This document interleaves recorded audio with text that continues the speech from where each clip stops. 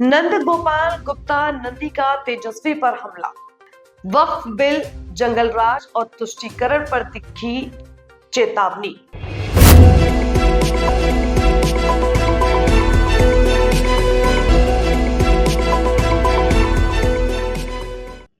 बिहार चुनाव में महागठबंधन की जीत के बाद मुख्यमंत्री फेस तेजस्वी यादव के वक्फ बिल को कूड़ेदान में फेंकने वाले बयान पर कैबिनेट मंत्री नंद गोपाल गुप्ता नंदी ने तीखी प्रतिक्रिया दी।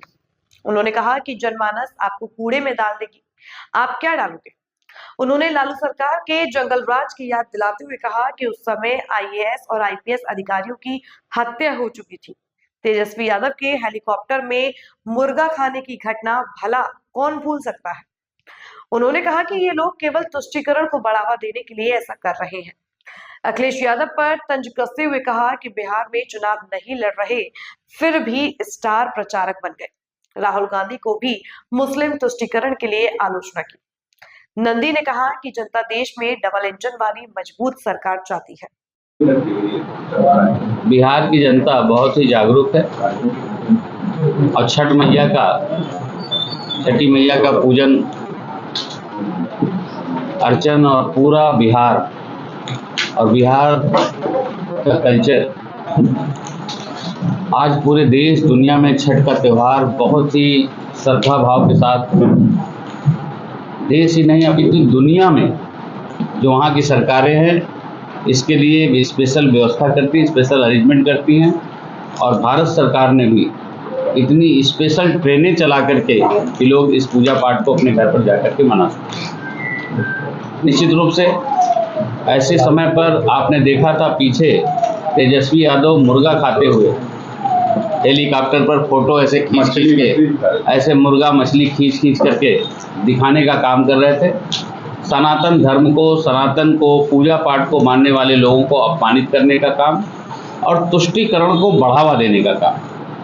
जंगल राज जो भी बच्चा आज 30 साल 35 साल का है वो लालू के जंगल राज को देखा है जब आईएएस और आईपीएस की हत्या हो जाती थी।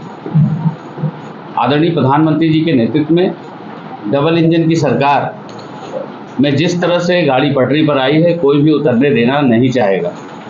तेजस्वी यादव कह रहे हैं मेरी सरकार बनेगी तो कूड़े में डाल दिया जाएगा। जनमानस आपको कूड़े में डाल देगा, आप क्या कूड़े में डालेंगे वक्फ बिल को। केवल और केवल मैंने कहा तुष्टीकरण को बढ़ावा देने के लिए, तुष्टीकरण का मनोबल बढ़ाने के लिए ये इस तरह की बातें करते हैं। वो चुनाव नहीं लड़ रहे हैं बिहार में, उनकी पार्टी का एक भी प्रत्याशी नहीं है, लेकिन उन्होंने स्टार प्रचारक की लिस्ट जारी कर दी। तो बेगाने की शादी में अब्दुल्ला दीवाना, राहुल गांधी, ये सब एक ही थाली के चट्टे बट्टे हैं। और इनके पीछे अगर आप देखेंगे 30 सेकंड के लिए आंख बंद करेंगे, आप पत्रकार बंधु हैं, आपको काला का सफ़ेद, सफ़ेद का काला नहीं बताया जा सकता।